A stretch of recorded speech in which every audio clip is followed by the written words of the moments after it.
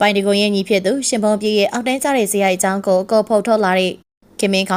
မြန်မာမှာတာမကနိုင်ငံတကာမှာပါပြည်သက်အင်အားတောင်းတင်းတဲ့အောင်မြင်မှုတွေစခုရရှိထားတဲ့မင်းသားပိုင်တကွန်ကတော့အခုချိန်မှာညီဖြစ်သူရှင်ဘုံပြည့်ကြောင့်မျိုးရိုးကုန်ပြက်လို့နေဖြစ်နေခဲ့ပြီးပဲဖြစ်ပါတယ်ရှင်ဘုံပြည့်ဆိုတာကလူပညာတွေကိုဝင်ရောက်ဖို့အတွက်စူးစမ်းနေတဲ့တက်သစ္စာသေးဆောင်တယောက်ပါကိုဖြစ်သူလားမကြော်ကြားပြီးပြီအကိုဖြစ်သူရဲ့အောင်မြင်မှုတွေကြောင့်ကမ္ဘောဒီးယားနိုင်ငံရဲ့ဂျုံတင်စကားတွေထဲမှာပါဝင်ခွင့်ရရှိခဲ့တာဖြစ်ပါတယ်။ကျညာရေးရိုက်ကူးရပြီးတော့အခြားအမှုပညာအလုပ်အနေငယ်မှာတင်ပါဝင်ရပေမဲ့ပရိသတ်တွေကတော့ပိုင်တကွန်းရဲ့ညီဖြစ်သူအကိုလိုပဲသဘောထားကောင်းပြီးတော့နုပညာရေးချင်းရှိမယ်လို့မျှော်လင့်လက်ခံအားပေးခဲ့ကြတာဖြစ်ပါတယ်။ဒါပေမဲ့နောက်ကွယ်မှာတော့ပိုင်တကွန်းရဲ့ညီဖြစ်သူရှင်ဖုံးပြင်းဟာမိသားစုဝင်တွေလည်းမသိမြတ်ခဲ့ပါဘူး။အကိုဖြစ်သူရဲ့အောင်မြင်မှုကိုလည်းမနာလိုဝင်တိုမှုတွေရှိခဲ့ပြီးအမြဲပြဿနာရှာခဲ့တဲ့ပြင်အိမ်ပေါ်ကနေလည်းအမြဲတမ်းဆင်းလိုက်တက်လိုက်လုပ်နေကြတာဖြစ်ပါတယ်။ဒီเจ้าတွေကိုလည်းပိုင်တကွန်းတို့မိသားစုကလူသိရှင်ကြားအလိမ္မာစကားသုံးပြီးတော့ဖော်ပြခဲ့ပူပါတယ်။ဒီเจ้าရတွေကိုပရိသတ်တွေသိခဲ့ကြပေမဲ့လေအခုခါမှာရှင်ဖုံးပြင်းရဲ့ရေးစားဖြစ်သူဖော်ပြလာခဲ့တဲ့အကြောင်းအရာတွေကတော့ပရိသတ်တွေလုံးဝမထင်ထားလောက်တဲ့လူအမိုက်ဖြစ်လာခဲ့တာပဲဖြစ်ပါတယ်။ရှင်ဖုံးပြင်းဟာအိမ်ထဲရှန်ဖြစ်ပြီးတော့ဒကိုရေးရှက်တီဘို့အတွက်အိမ်ပေါ်ကဆင်းလာခဲ့တယ်လို့ဆိုပါတယ်။ဘာဆွမ်းစားမှမရှိဘဲအိမ်ပေါ်ကနေ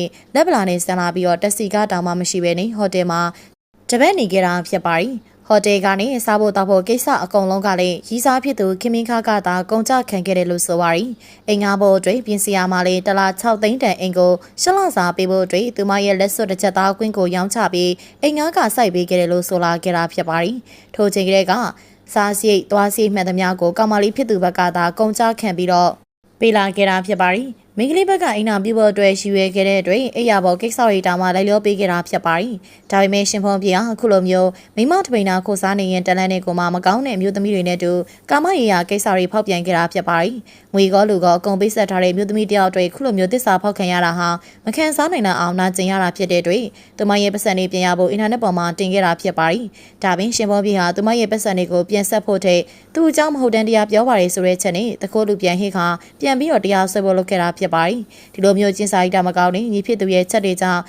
ရုပ်ရှင်မင်းသားပိုင်တကွန်ရဲ့တိတ်ခါတီပြောဆိုလာကြတာဖြစ်တဲ့အတွက်အရင်ကနာမည်ပြတ်မရှိဘူးတဲ့မင်းသားဟာလေအခုချိန်မှာလူပြောစရာဖြစ်နေပြီပဲဖြစ်ပါတယ်။တစ်ချိန်လုံးလူကောင်းဖြစ်လာခဲ့ပေမဲ့ညီဖြစ်သူရဲ့ပြီးစားကြောင့်တမိသားစုလုံးတိတ်ခါကြလာရတဲ့ပိုင်တကွန်နဲ့ဖမ်းမိတဲ့ငါးကြီးဟာမကောင်းတဲ့အစိတ်အသင်ငါဖြစ်တဲ့အတွက်ကြောင့်သူမရဲ့ရည်စားဖြစ်သူပိုင်တကွန်ရဲ့ညီချစ်ဖုံးပြည့်ရဲ့လောက်ရက်ကို